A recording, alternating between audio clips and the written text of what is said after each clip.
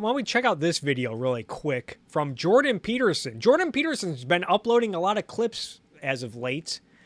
Put up this one yesterday. Why should you go to church? Just put up, has 178,000 views on YouTube. For those who don't know, Jordan Peterson, he's a public intellectual from Canada. He's beloved by conservatives. Just got a new gig at the Daily Wire, the conservative news outlet, the Daily Wire. Let's check this out. The discussion. So Jonathan took me. Let's slow it down for a second. To an Orthodox ceremony in Seattle, and I wasn't into it. I found it grated on me. You're like a 10-year-old boy that we're telling to stop moving. Yeah, that's right. So that was my Freudian fixations. Like, yeah, you're 10. Stop wiggling. Yeah, stop wiggling. Yeah, no kidding.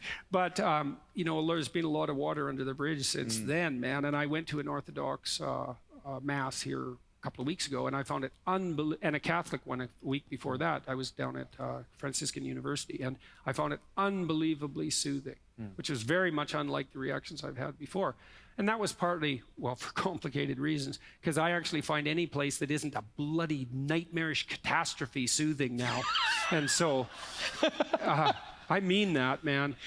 But there was more to it than that, too. It was because I also did develop, and partly as a consequence of our discussions, a deeper appreciation for what was happening in the ritual itself, and also more tolerance for whatever inadequacies I might perceive, And partly that's also realization. Lots of modern people say, well, I don't go to church because I don't believe that. It's like, well, who cares what you believe? Like, who the...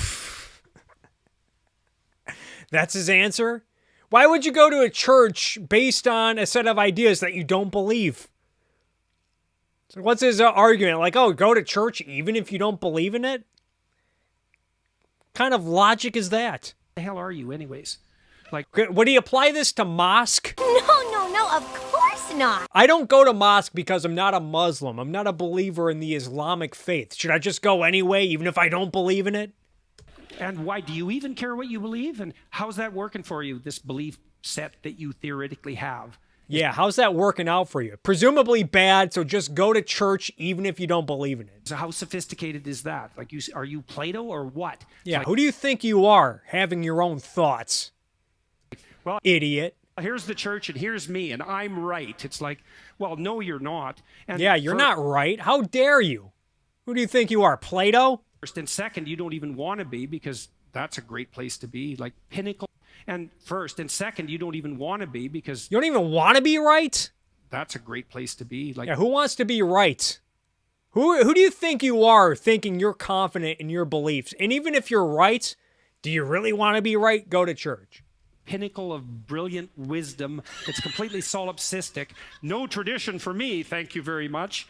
And now we have the package dealing coming. I've got it all right in my head. And even if you are right that the bloody institution is chaotic and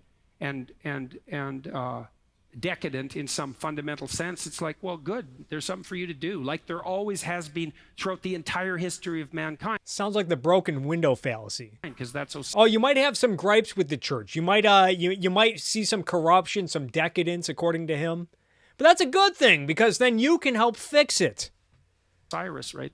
For those who don't know, the broken window fallacy of economics, it's this notion that having your window broken is great for the economy, because then you're going to have to pay for a new window. You're going to keep a window installer in work, and as a result, you're going to keep a glass maker in work. You're going to create more jobs. This was discussed in Henry Hazlitt's book, Economics in One Lesson.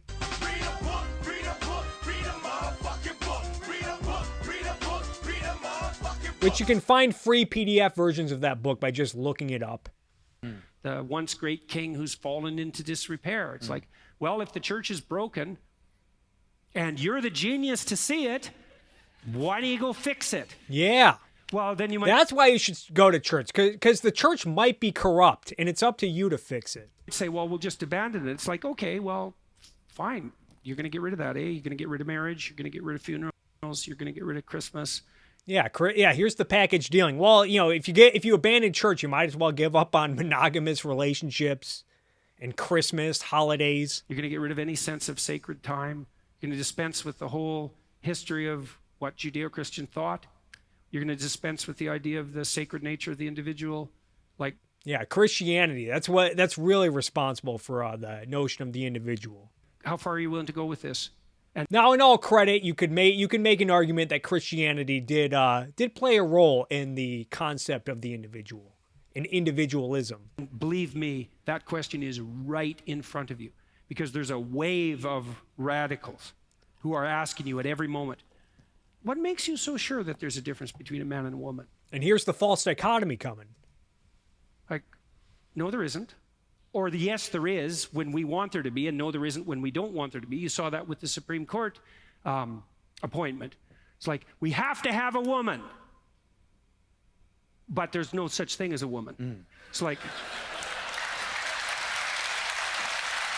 and so, yeah, you Frenchmen, See, it's either mysticism or skepticism. Either you can go to church, get closer to the truth, or who can really know anything?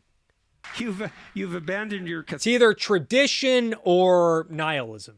Catholicism. You think the Catholics, they were crazy. It's like, you ain't seen nothing yet.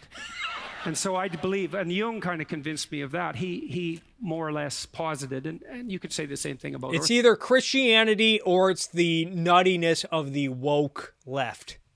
Orthodox. He said, Catholic is as sane as people ever get. And that's partly because we have to have one foot in the dream and the mystery. We have to. When I heard Douglas Murray speak recently about this, that was very interesting, because Murray is an atheist, essentially, and he has a variety of reasons for that. But he has swung around hard recently, and he said, when he was talking to Dave Rubin, he said, I don't believe that either conservatism or classic liberalism can survive in the absence of the religious surround, which was really something for him to admit. And it's like taken him like 5 years of thinking to come to that conclusion. But then he said something even more remarkable, I thought. And he said, and it's atheists embracing misintegration. Actually, the mysterious part of it that has to be retained. The virgin birth, the resurrection, the crucifixion, all part of it that has more remarkable, I thought. And he said, and it's actually the mysterious part of it that has to be retained.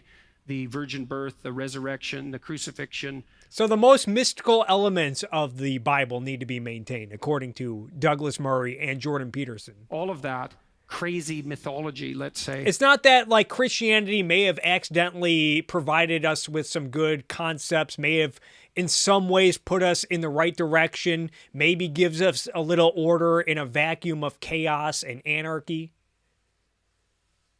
But also, no, you should totally embrace the mysticism, the most ridiculous elements of the story.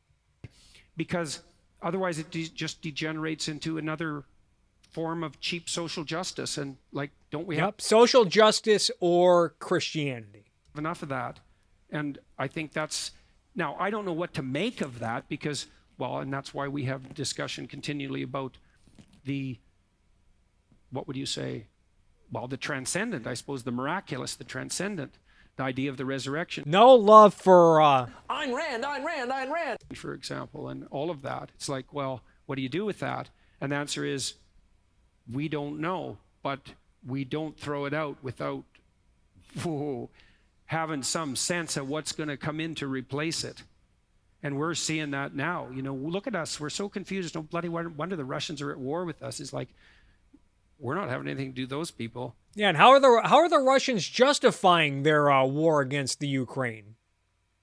They're using witch doctors in the Christian Orthodox Church of Russia.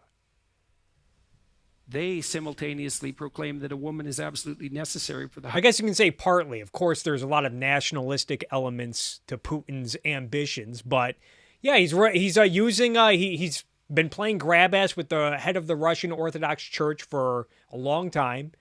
And the head of the Russian Orthodox Church has praised Putin and his ambitions in Ukraine. Highest position in the land, or one of them, and that the same person says, I don't even know what a woman is. It's like, are those people insane?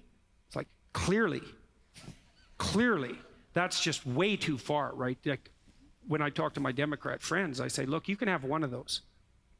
You know, there's either no distinction between a man and a woman, or it's important that a woman's on the Supreme Court. But there's no bloody way I'm giving you both. So, because I don't even know how to do that. I have no idea how to do that. Like, what am I supposed to do? Celebrate? Yeah, so the leftists and the postmodern influence on the so-called left and their political manifestations, they're crazy and full of contradictions, so that's why you should go to church, according to Jordan Peterson. Womanhood, and simultaneously celebrate the fact that the differences between men and women are so trivial that they're irrelevant and they can be changed at whim. That is insane. It violates the law of non-contradiction. And so there's no, you think religious people are crazy. Yeah, you think religious people are crazy. Look at the crazier people over from the nutty left.